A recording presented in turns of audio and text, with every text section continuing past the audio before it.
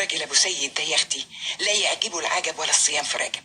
الراجل يا حبيبتي الشهر اللي فات لاني نزلت جبت خزين البيت بتاع الشهر كله، قام قال لي والله يا بنبع عين العقل، الست العاقله هي اللي بتجيب خزينها من اول الشهر في حدود ميزانيتها، وبالشكل ده ما تشيلش هم حاجه ابدا طول الشهر.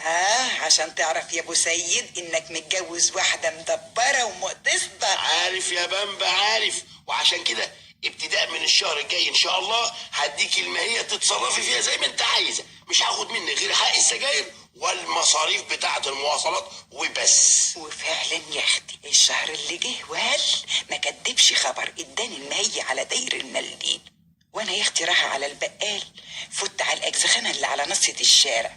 ما انت عارفان دلوقتي خلاص ما بقتش استعقد في الوصفات البلدي، وبقيت اعرف قيمه الادويه والدكاتره بعد ما سمعت يا اختي كلامهم وخفيت من الوجع اللي كان بيجيني. وما دام بقى يا اختي الادويه مهمه قوي كده قلت اعمل اجزخانه صغططه كده زي اللي عاملاها الست عنايات.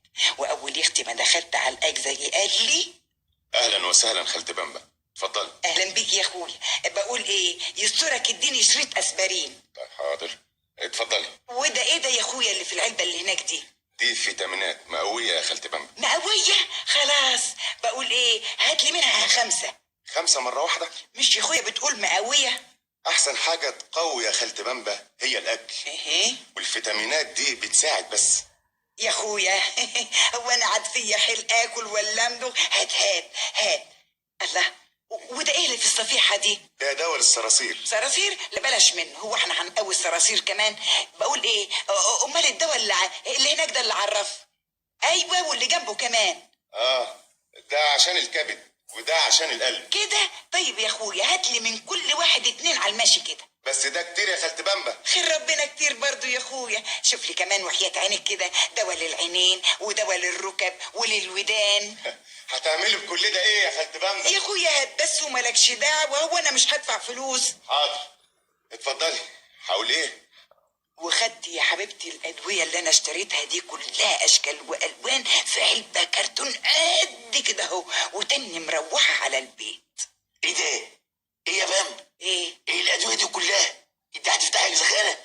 ايه للعينين وللكبد وللكلاوي؟ الله، انت بتشتكي من الحاجات دي كلها ولا ايه؟ العدو اللي يكرهني. الله، امال جايبه ده كله لمين؟ احتياطي مين؟ للطوارئ. افرض جالك في بحر الشهر وجع في قلبك، وجع في مصارينك، الله، وجع في عينيك، وبعدين بقى؟ يبقى ساعتها نعمل ايه؟ والله انت اللي باين لك جالك وجع في عقلك يا بامبا. الادويه دي ما تجيش الا للضروره يا بامبا. انت فاكره الاجزخانه دي ايه؟ محل بقاله، محل مانيفاتوره، داخله تنقي اللي يعجبك واللي ما يعجبكيش.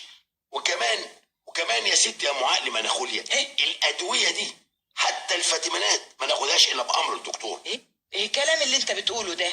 طب ما ست عنايات عامله اجزخانه في بيتها. ما قلناش حاجه يا ست بامبا، كل ست واجب تعمل اجزخانه في بيتها. بس اجزخانه مش تشتري لها عمال على بطال، لا، دي تحط فيها الاسعافات الضروريه الاوليه، شويه ميكروكروم، شويه صبغه يود، قطن، شاش، نشاير، حاجات زي كده، حاجات مفروض تبقى في كل بيت للطوارئ. مش تروح تشتري ادويه ما يصحش تجيبها الا بامر الطبيب وتقول لي دي طوارئ يا بامبا. وحياتك ومن الشهر اللي بعديه مسك يا اختي هو المصروف من تاني وقال ايه ان انا بتصرف غلط.